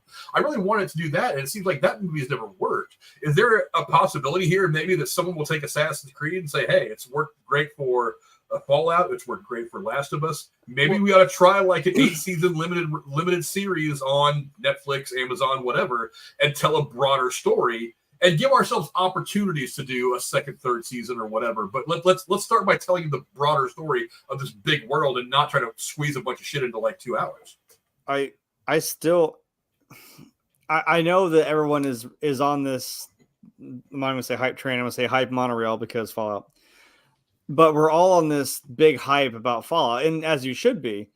But everyone's acting like this was the fucking like awakening God religious moment that it all got fixed. I'm like, no. Back up a little bit. Like I said, the guy who made this even said, The Last of Us is how I got this done. Because like you said, we saw that worked, and there was a reason it worked. Again, it's all the things The right pieces came in at the right time. And again, you had Neil Druckmann there, the guy who made the game, in a producer's seat. That's what you want. You want people who are a part of this. And hell, you had Troy Baker, you had Ashley Johnson, you had the 2 lead characters in this fucking show. So, it was done with care for what it was coming from, which was the game. I will still, and I know even before that, like I said, it was Mario. Mario was amazing. And again, the first green flag was that it was animated. I'm like, cool. Maybe we stop letting Chris Pratt fucking voice every character in existence, but whatever. I'm just saying it was, I put that aside. I'm like, you gave me a Charlie DeLuigi and I'm like, I couldn't have to. Jack Black is fucking Bowser. Right. I mean, Jack Black is Bowser. When they're naming off the cast of that film, which I'm surprised we haven't reviewed. Have we reviewed Mario yet? I think No, we we haven't. haven't. Did we do Mario? I don't think I've got around to doing I don't it. remember what we've even done. Of all companies to do Mario, fucking Minions. I was so fucking. I think there's a Minion in there somewhere, like as a doll or something like a crane. But I think that was the one thing when we saw the trailer for that. I was like, shit, it's Illumination. Haley was like, oh, cool. I'm like, I don't fucking care. I don't want to see a fucking Minion movie. But they do actually throw out some damn good movies. So it's like, I don't know. It really depends. It massively depends, not really, who makes it. Like one of the, I would say one of the biggest video game movies that caught me by surprise on how much I loved it was, Detective Pikachu of all things. I didn't know how I was going to feel about that. Going into that, I was like, we tried a actually, no, we've never done a live action Pokemon, surprisingly. No. I was very hesitant about it. And then, when I took our friend Corey, he's a big Pokemon fan like myself. Oh, yeah. He went in, he goes, I don't know how I'm going to feel about it. Honestly, I'm not a big fan. I'm just going to go. And when he left, he goes, I was actually shocked.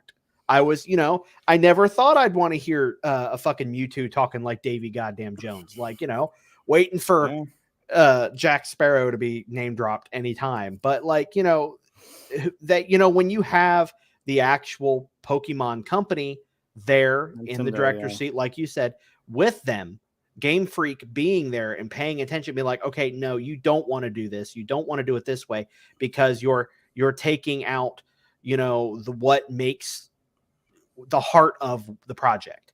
You go into the Mario movie and everything in there is a nostalgia wave. Everything anybody, and I remember when we were sitting in that theater watching that movie, Jeremy, every 5 minutes you have that, you'd have that one annoying ass kid with his two. Well, no, there was a fucking kid behind us who had to call. That's Mario Kart. Yeah. He's like, did you know it's Mario Kart? And I about wailed on this kid. I'm like, I've been playing Mario Kart before you were a twinkle in your daddy's eye. Shut up. I would say behind. God damn it! I know now what it is. Now who sounds like the old man, Jeremy? But I just didn't need him explaining to me what Mario was. Yeah, I know what that is, kid. Shut up. But speaking of that's that a superstar. No shit. Yeah, speaking of that old man, there was an older guy in front of us.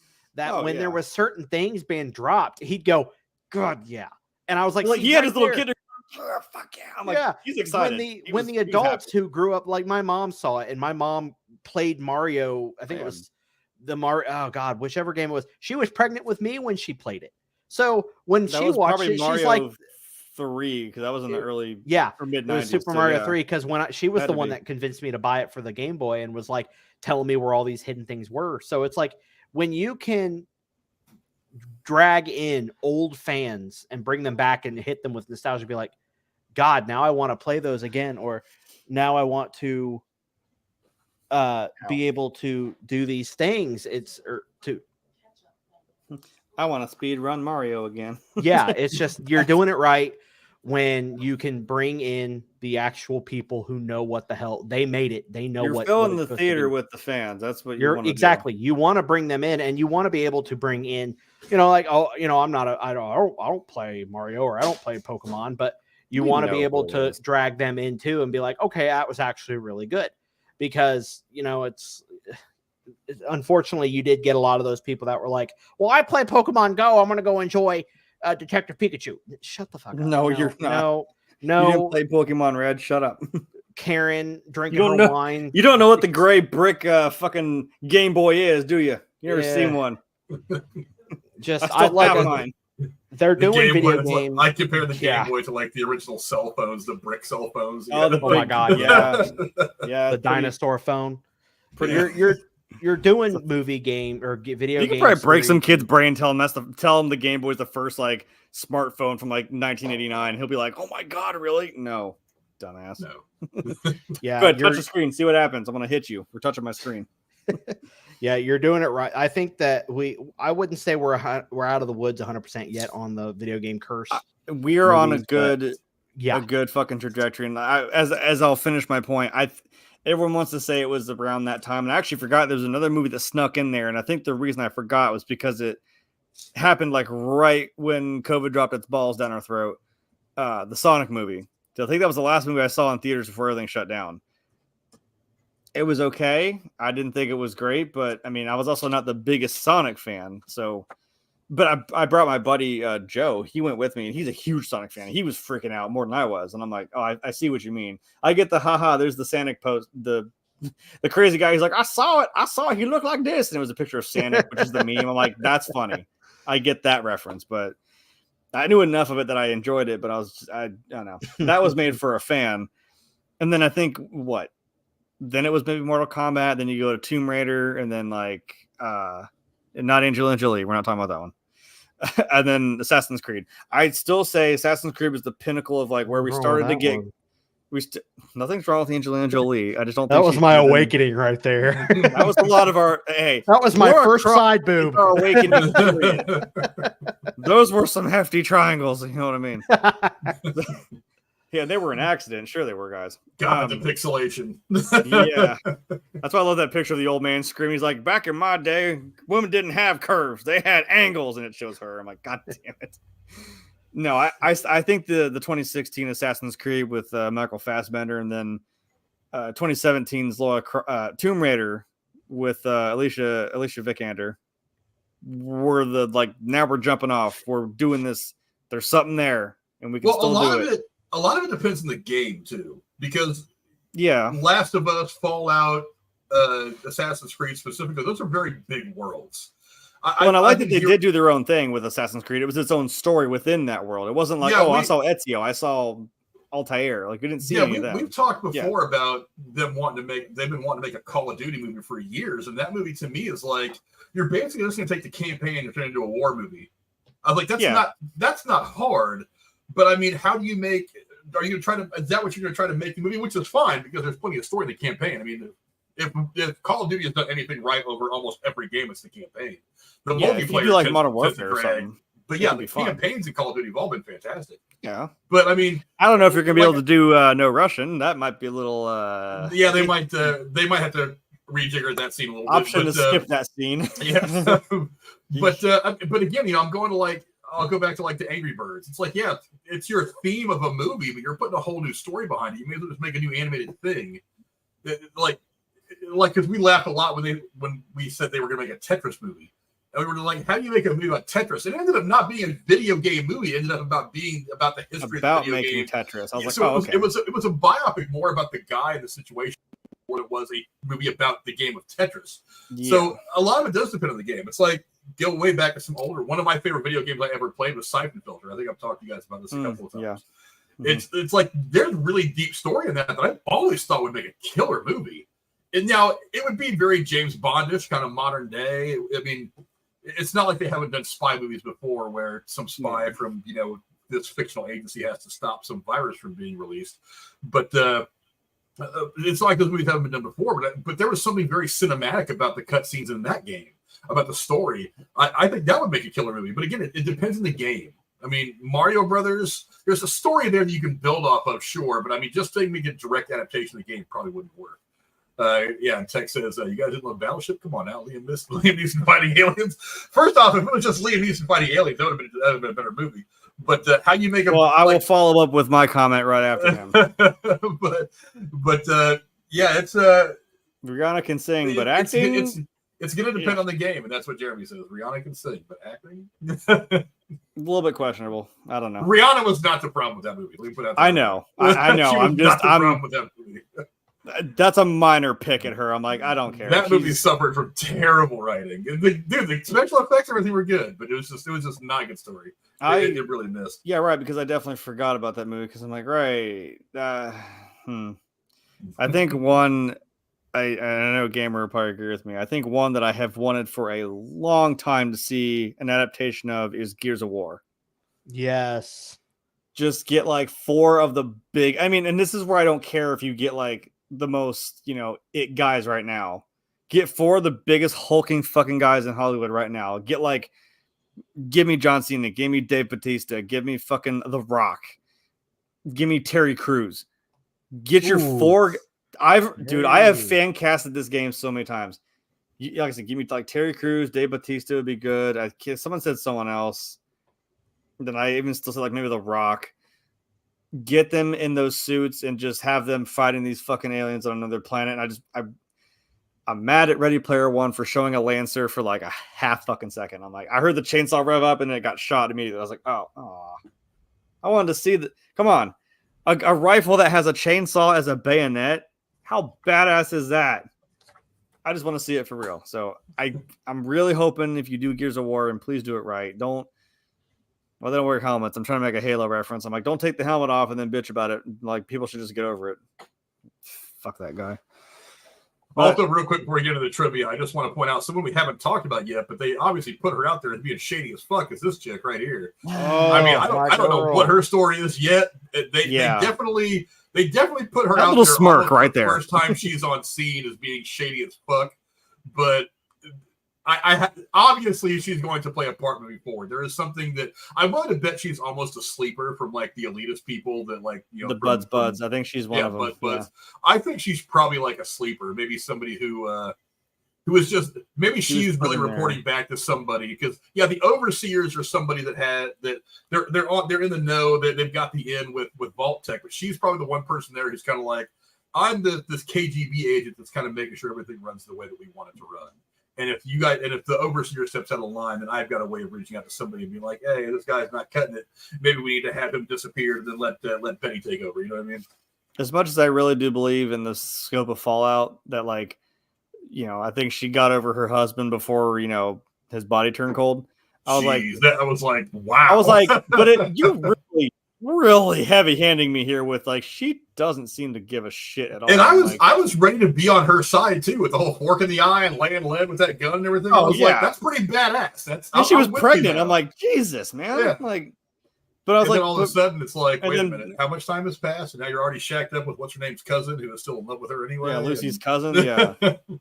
And I think and that's the other thing is I'm like, oh, isn't that mighty fucking convenient in this lottery of them going over to Vault 32 that her and him, Lucy's cousin, got to both go over there. I know it's part of the story that like the only people who saw that really got in there in the guts of that vault was her brother and her cousin. So, and I just kind of that poignant moment where like before that door shuts and he's like, "You're a coward, you know that, right?" And he's just kind of like, "Yeah," and the door shuts and I was like, "Shit, yeah." He's just kind of like, I'm gonna be like we were saying. Some of them just see it and still want to be oblivious to it. So I don't know. I still think, her brother's like, he's the other half of that. Like he's in there and he's trying to do the right thing and trying to get this sorted when no one else will. So. Yeah, Texas giving us some breaking news, and it's not really news at all. He says Amazon renewed Fallout for season 2. Oh no, let me be shocked and surprised. Yeah, it's not really. Yeah, talking about the worst kept news. Breaking news secret ever. We kind of saw it coming. It's like no, we knew that about 3 or 4 episodes into Fallout. I was like, oh yeah, we got second season. Golden rule, motherfucker. Yeah, golden rule. But I'm happy that we're gonna get a second season. I think it'll be a lot of fun. But let's dig into some trivia now. Again, not a whole lot. I wish there was more for this particular series, but there really isn't. Let's see. Again, it's kind of new, so they haven't really released anything yet. But this series will be set within the same continuity as the video game franchise, but will be an original story. Executive producer Todd Howard said he wanted to avoid directly adapting the video games. Jay, what do you think of that? Yeah, kind of what I alluded to. I watched a little snippet of something that they said Todd was very involved with. He's being very careful about he's like, I don't want to flat out mention something or say something directly. I want this to be its own thing, but again, within this universe. so that it all can exist together. Because like I said, he knows what he's doing. We know this roadmap we're laying out here. He's going to be our Kevin Feige of Fallout. I'll say it. He knows where everything's about to go, and he knows what to say, what not to say. Mention in the games, because I'm like, we flat out say, oh yeah, there was some guy over in or guy or girl, you can make your character whatever you want, over in DC who there was this big thing at the Washington Monument. Don't go there. For the love of God, do not try to go to the Washington Monument when you're low leveled. I found that out really fast. Why? What's wrong? just take a stroll over there. You'll find out. I'll take the metro. Don't worry, I'll be all right. No, you fucking won't. I'm telling you right now, you won't. And you're not walking up to the Lincoln Memorial either, because you will get capped in the fucking head really fast. 7 years of fuck. Yeah, I'm gonna turn into a knight, like, oh fuck, and I panicked and I ran down the stairs and I about got killed because there's too many raiders up there. The Jefferson Memorial, sorry. Like, oh yeah, there's some big, and you flat out just show like James, who's your dad in 3, like on the screen. I'm like, okay, well, we know that. So keeping it, just giving us the little hints, but making its own thing is definitely a smart move, because we can, we got room to play here. If you bog it down too much, like we said, with too much of the stuff directly from the game, you kind of just get lost in it. Like, you can't really care about the story, It's like, yeah, we watched Titanic, but we know what's going to happen, but I'm still invested in the story. Damn it. Why am I still sad? Like, what? I'm still sad this guy froze to death and died. Like, her ass could have moved over. That's all I got to fucking say. The door. They did a whole episode on this shit. They did it right to James Cameron's face and basically said, oh, really? Well, fuck you. I made the movie how I wanted to. He doesn't care. He knows what he did. He's like, that was the point. Did you guys hear the door prop from that movie just sold for like, what was it, like $168,000? Like the actual prop? The actual prop door that she was on, and that she just anything Kate Winslet touches is going to go for that. I mean, that's fair. Don't tell Leonardo DiCaprio's new 20-year-old girlfriend. Just don't. Yeah, she'll want to cut of that. Let's see. The Vault Boy imagery, which originated in the video games, will have an origin story, say the producers. I think they kind of, with him, already exposed it a little bit, but they haven't really talked about it. I mean, because that's exactly what I was thinking when they're like, "Hey, give us a thumbs up," and he kind of like really, kind of like, not very comfortably. It was just kind of like, whatever. I was looking at it, I was like, that's kind of the image right there, him in the suit and all that. So I don't know if they're going to expand on that more, but I mean, clearly that's kind of the inspiration for the. We're going to see some like blonde-haired guy walk out there and actually just be like, and I kind of hope they don't. I think just leaving it the way it is was. Well, I thought like that's the first iteration of it. He was kind of like. And then remember, because when you first see him, they're like, "Hey, can you do the thumbs up? That's your thing." And he's just like, "No." He's like, "That's." Like, when you go to an actor, and you have him say the one line, like, you go up to Stallone, and he's, "Can you say Adrian?" And he goes, "No." Like, I'm not gonna do it. He's like, "Come on." No, you know what I mean. Yeah. So maybe he got it over time. He kind of got the thumbs up thing, and that kind of gives the when him and Lucy come across that big billboard out in the wasteland of the Vault Boy, and you just see a hole get blasted through, and you see him just like almost like blow the smoke off the end of his gun, and I'm like, oh, you're a little sore about that, aren't you? Like, I don't know, or maybe he didn't do it right. And again, like I said, you see some blonde-haired guy walk out there and just go ahead and kill it, and he's like, oh, that fucker stole my thing. You know what I mean? I don't know. That's 200 years of a grudge. Next piece of trivia. This is going to get a little deep for you guys. Here we go. Despite Vault 33 existing in the same area, the first 2 games are set. Vault 33 has never seen those games. While some erroneously regard this as a plot hole of the show, one of the game's designers from Fallout 1, Jesse Henning, said, quote, "We didn't have a definitive list of vaults during development of the original game, and the creation of new vaults in Southern California for the TV show 25-ish years later is way outside the scope of any of our planning. There are any number of reasons that the master might not have had any record of a vault right under their noses, since there's no guarantee that the master has access to an actual and complete listing of every vault." I don't know, Brady, what do you think? I mean, I'm with him on that. I mean, come on, guys. Don't be like, you didn't describe, you guys didn't mention Fallout. Game's fucking how old by now? No. 97. I highly doubt that they're going to be sitting there thinking, In case we have a TV series down the line, In like 20 some years. Yeah. what if they put it on Amazon Prime? What the fuck's Amazon Prime? What's I don't know, Amazon? The bookstore? What? It could be big. You don't know. So, and that guy's honestly, laughing now. He invested in that stock, and he's now sitting at the end of the world. Yeah. Like Robco. It's my opinion on that. Is just don't take the whole fucking thing to heart. It's just take it for what it is. Yeah, there's gonna be some things that don't necessarily match up, but like I said, we can look the thing in New Vegas. You could see like a Vault 13 canteen in the dirt, and it's like, there it is. There's the original vault. Like you can do it. You don't. What that reminded me of was the guys that made the original game. If you ever get the chance, I think it's all actually put up on the internet somewhere. I think actually run by them, called the Fallout Bible. It's worth reading through, and it's kind of fun because it's kind of akin to what he just said. Watching this develop it was before they even had 3 come out, and they were like, "Oh yeah, I don't know if Fallout 3 would ever happen or if there'd ever be something like this." And they didn't know, and they were like, "I don't know if this would happen."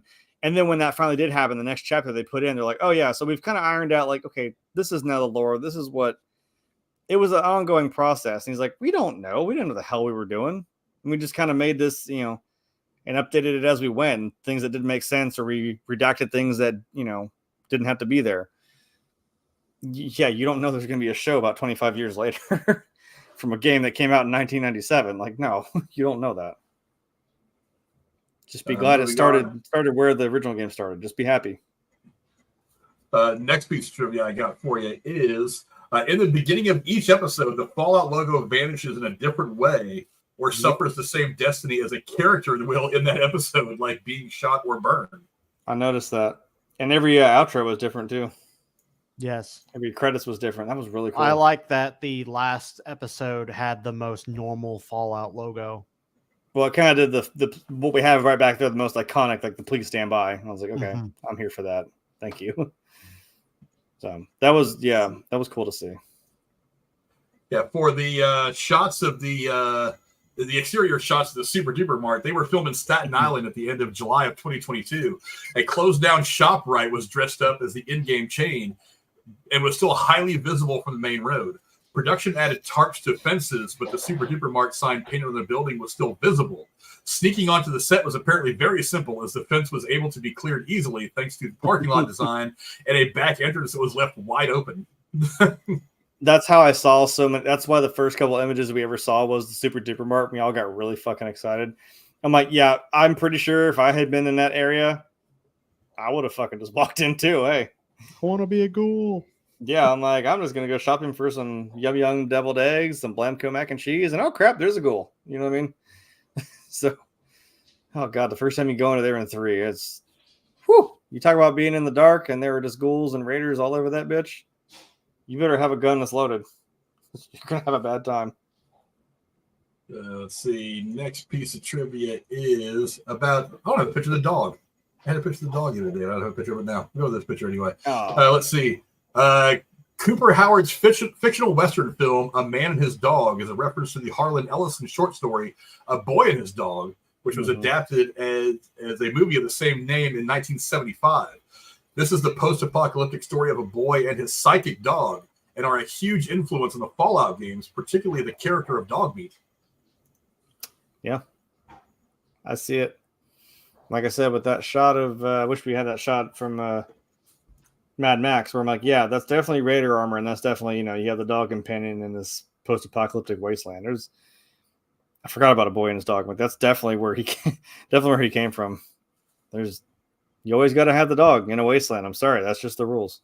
I don't make the rules. Let's see, another little interesting tidbit that I don't know if you guys noticed or not when it happened. In the final episode, when Lucy tells her father to enter the code for Moldaver, the code he inputs is 101097. 101097 was the release date for the original Fallout game.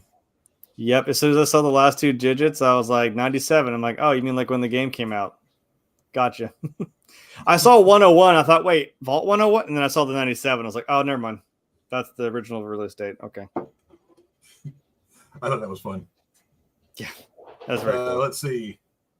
Another piece of trivia is the series ends with a shot of the New Vegas skyline, indicating that season 2 will at least partially take place on the New Vegas Strip. That's all you got to say. I mean, dude, oh my God. We already kind of talked about where this can go. I mean, I think they were trying to give us the hints as to where it was going to go when they cut that when they put that last scene out there. It was interesting. I mean, and me not knowing the game, I never played Fallout New Vegas, but I saw the imagery and I was like, I kind of know where this is going because I've seen the cover art plenty of times. So I think the only thing that I have to add to that is it's. I was kind of hoping some of the the big A-list actors that have been in these games. I would hope maybe now, at least for season 2, like maybe have some of them start coming in. But one thing I really would have loved to have seen, and it's very unfortunate that Matthew Perry passed away, because Matthew Perry plays one of the main villains in New Vegas. And I'm like, I know for a fact he would have dressed up as that character and played him just straight as that villain in New Vegas. And that would have been the coolest goddamn thing ever. But unfortunately, I don't think we'd ever get that. So even the character, I'm saying, not obviously he's passed away. We can't obviously have him in the game. But the character of Benny, and that's one of the most badass openings, when he, it's the classic. He pulls the gun out of his coat and he's like, yeah, sorry, kid. The game was rigged from the start. Shoot your fucking head. Title card. Fallout New Vegas. I'm like, whoa. Oh, that's where we're starting. Okay. So well, we could just gender swap and have Courtney Cox play it. I mean, that would be that'd be kind of dope. They never told you life was going to be this way. Boom. I mean, look. I mean, we've seen Courtney Cox, in the Scream movies forever now. I mean, she's got. Yeah, she can. So I don't think that's too much. And if you want to pay a little bit of a tribute to Matthew Perry, I think that'd be a decent way to do it. I think she'd be down for it. But I don't know. That would be kind of funny. That's me spitballing. But let's see. The oversized pack the Squires carry for the Knights is actually a joke at the games where carrying too many items can over-encumber your character. Yep. We all have to wonder where in the hell I stick about 4 of those fucking shotguns, all that damn ammo, all them bottles of Nuka-Cola. I'm like, yeah, I just got a big pack over my shoulder. That's all it is. Just don't worry about it. I kept thinking they look like caddies with like comic. That's what I was like. Are you the with no golf clubs in them? It's like I kind of giggled in my own head for a minute. I was watching that and I was thinking about the scene in the first Caddyshack when the scrawny kid goes to pick up Rodney Dangerfield's crazy big, oversized, fully loaded golf bag. He's like spinning around trying to get balance. I kind of went to that in my head. I was like, that's kind of what I'm seeing right now. Somebody compared it to they had Titus and Max with the bag, and then they put a shot of from Monty Python where he's got Patsy holding the big pack and he's got King Arthur standing there next to him. And I had to change the picture. I'm like, we are the knights who say, oh fuck, oh fuck, oh fuck, oh fuck. You're welcome. Let's see. Another piece of trivia I've got for you is throughout the season, there's a huge iconography towards the left foot. The initiate's left foot is damaged by the razor blade. The scientist has a prosthetic foot put on his left foot after his foot gets shot off. Lucy loses her left boot to the Gulper, and the Squire has his left foot crushed by the Titan. Kind of like Star Wars, the left hand, maybe? I didn't even notice that. Yeah, you're right. Which, see, now I'm thinking of Rex again. I'm like, wait, no. His front left leg is the only one that's actually a good leg. The other 3 are robotic, so I don't know. Yeah, wait. She lost her finger on her right hand, right? I think it was her left hand. Not 100% sure. Well, because the ghoul did too. He lost on the. Oh, god damn it. Now I'm going to go back and look. Shit. One more detail we got to go back and rewatch for. Oh, I know. I got to be forced to watch this stupid show again. One more good piece of trivia that I got for you today is it involves her and her father. Let me find the picture here. I could have sworn I had a picture of her and her father. Anyway, I don't. But let's see. One of the main plot lines of the show revolves around Lucy trying to get her father back after he's kidnapped from the vault.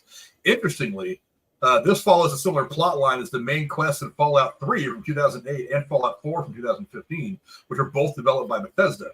A close relative of the protagonist had left them behind in the vault in an unexpected way and are personally motivated to find them again.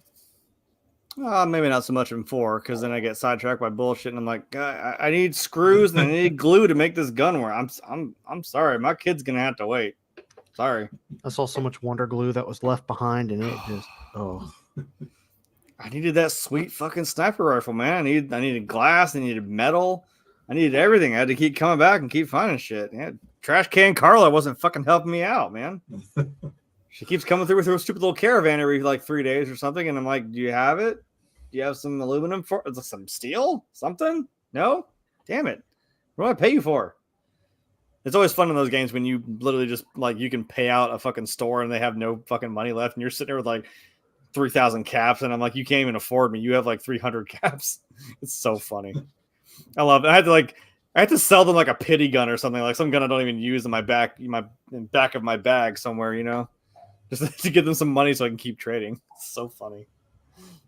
That seems like a good place to start wrapping these up. But let me get your guys' final thoughts on the series as a whole, not really just the last 4 episodes. I'll start with you, Brady. 8 episodes, about an hour-ish each.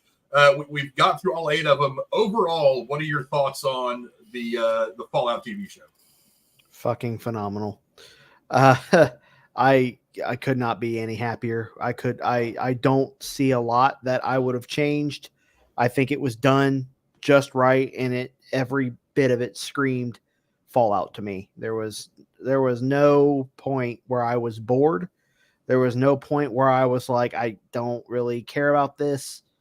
I'm going to fast forward through the show. Not a single one. And it's just, I will be counting down the days until we get a second season. And I highly look forward. I may even consider doing a watch party for like the first couple episodes or something.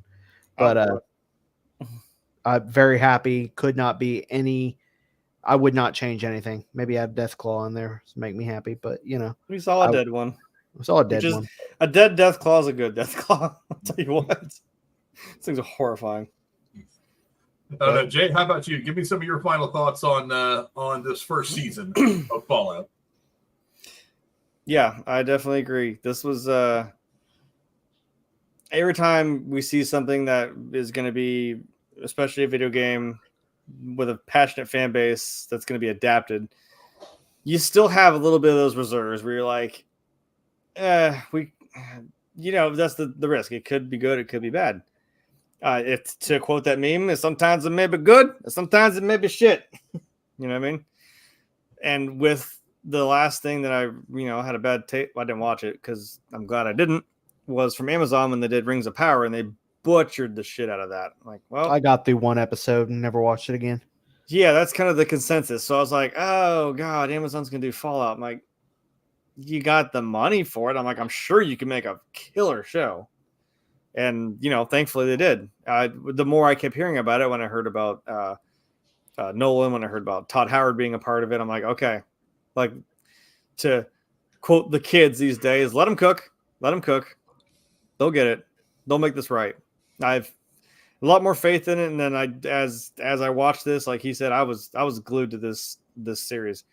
Wasn't disappointed by any of this. I'm glad it was its own thing within the universe, because it doesn't get too, I almost said it, too sidetracked by bullshit. It does its own story, and it was a coherent story that went somewhere, and then at the end still left you wanting more. Like I said, even if you do or don't, you see that Vegas skyline, you're like, oh yeah, it's going down. And that's to me, and one of my favorite moments, like from The Walking Dead, like as soon as season 2 ended, you pan up and you just see the prison in the background, and I'm like, oh, like I know what it means. Oh shit, here we go. You show a location that we're going to be excited for. So I'll be counting down the days on my Vault-Tec calendar as well. So I thought this was very fucking cool, and I'm glad we're getting more Fallout, because it's never a bad thing. We're getting a new remaster of the game. We're getting more free items, more packs. I think it was already in the item shop that you can have the Ghouls outfit, I think in Shelter and in 4, I think. No, unfortunately. Not yet. Are you sure? Yep. I'll send you. We'll do it right now. We'll do it live. I'll send it to you right now. Oh. Oh. I may be spending some money then, if that's the case. Oh, see, look at that. See, my entire feed. Hyped to return to Fallout 4 after seeing... I know, see, my whole feed is now just Fallout. So yeah, no, I could not be happier, and I want season 2 like tomorrow. Yeah, I like you guys, was pretty impressed with what I saw. Again, a very limited understanding of what the games are all about, the basic storylines and all that. I think that probably actually helped me a lot because, like I said yesterday, post-apocalyptic movies are not new. They've been done to death so many times over the course of the last 30 or 40 years. But again, it's really, you can tell the same story over and over again if you come from a different angle. If you do something to make it fresh, and I think this does make it fresh. I like the characters. I thought the writing was pretty good. I think the biggest problem this show faces from a point of view of recency bias is it's not nearly as good as The Last of Us. I think The Last of Us had way better writing, way better character work, way better acting. But I am smart enough to understand this is a very different movie. Last of Us was something that was set to be very, very serious. There's a couple of jokes in there. Sure, I think this is meant to be more of a comedy, a little bit more goofy at times, more actiony, and not necessarily a huge dramatic piece, kind of the way that they presented Last of Us at times.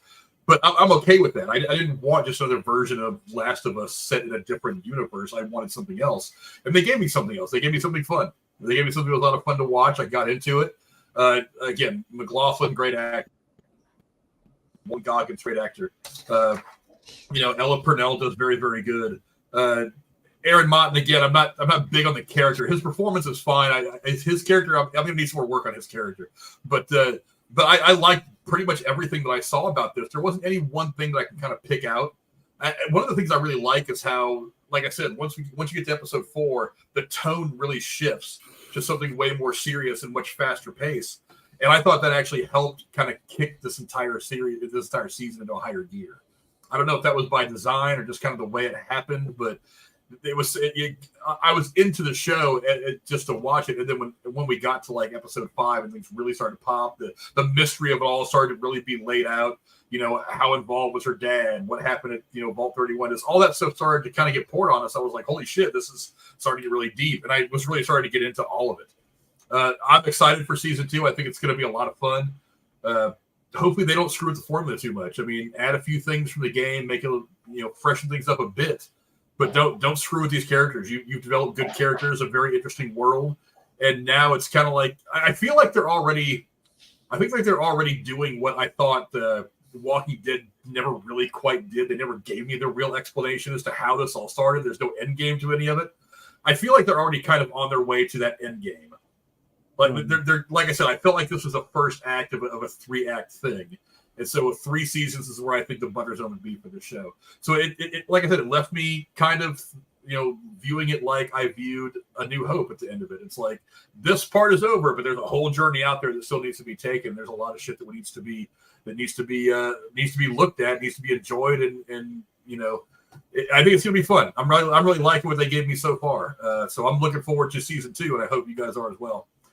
But thank you guys very much for coming hanging out with us. We very much appreciate it. Thanks to my amazing co-hosts, the 2 experts. I don't know, 2 guys I could have had on that could have filled in the gaps for my lack of knowledge about the storyline and all the stuff with the games. The ghost host, the Broody Gamer. Where can the folks at home find you, my friend? Oh, sorry. I thought you were talking to Jeremy. Because you're the ghost host now. I don't know ghosts. You can find me over on my YouTube channel, also called Your Ghost Host, where I cover all things Disney, anything Haunted Mansion, and now Disney gaming, because we actually have some video games coming out here very soon. And to my hetero life mate, Jeremy, what's going on with you, my brother? What do you got going on online? Nothing, because I'm a terrible content creator. But I'm just required by contract to say that now. I'm sorry. If he doesn't say it, we think something was wrong. He's actually secretly being held hostage. We're like, wait a minute, he didn't say the line. Something's wrong. Yeah, there's some weird girl in a blue jumpsuit holding a tranquilizer to my head somewhere over there. No, I even forgot my damn thing. I'm here Tuesday and Thursday. Same vault time, same vault channel. By the way, you can call the Vault Tech number that is in fact on the screen when Walton Goggins does the commercial. But I would recommend you watch out your volume when you do call. You can text it. And then either way, you'll still get a laugh. Or maybe a horrifying scream. I don't know. Check it out for yourself. There's I know it's the internet, and I don't be weird or get doxxed, but like we had some big changes, and I kind of alluded to it yesterday when I said, "Oh, I might change this setup." So that's a big thing that's coming. Is I actually probably have an actual proper setup and not just a stupid wall behind me. It'll be a proper wall filled with shit like this, or too many of these that I have a problem. I think so. Really, it's a problem. If you, honestly, I'm right behind you, buddy. if you go back to some of the older videos when I used to film in that room, you see where my problem is. It's bad. But I'll actually be able to do some proper stuff. I think to bring back an old relic, Frank has the old mics we used to use, and I'm gonna pick up some of those so I look like a proper streamer or something. Maybe I'll go visit the Wasteland again or something, because now I want to play these games too. Again, Hey, I'll make some Fallout thumbnails for you. I know, and I hate to keep. I mean, I would say like do a stream, and I'm like, I don't want to keep piling stuff onto you, but I'm like, if you want to edit stuff into like videos, I can do streams, but also have like just short little videos. But, yeah, I do about 30-minute intervals when I film. That way, it gives me. I don't want to play a whole like 4 hours of a game and then be like, all right, now I got to make episodes out of this. That's what I'm saying. My problem is I will in fact get sidetracked by bullshit, and then I'll have like a 6-hour video where I'm like, well, so how do I make this like 20 minutes and make it tolerable? So yeah, I don't know. May I'll work on that. So as for me, you can find me here on Tuesdays and Thursdays going over whatever movie we want to review that particular day. Coming up, look, like I said, I didn't hear a lot of good things. I was really excited about Civil War in the lead up to it. The trailers were awesome, but I have not heard a lot of great stuff about that movie since it came out. I'm going to try to watch it this weekend, and maybe I'll change my mind and we'll review I'll it. watch it. I'm going to watch it to see, because I've heard that it's not all it was cracked up to be. But we will be back here on Tuesday breaking down, speaking of Val Kilmer and one of his iconic roles, we're going to be talking about Real Genius on Tuesday, one of the classic 80s comedies. And I'll be wearing the I Love Toxic Waste t-shirt that has our logo, that has the channel logo on it, that you can find now in the merch store, link in the description below. Also, don't forget to like the stream and share the channel around to your friends. We just hit 601, 602 in the last 602 now, 24 hours.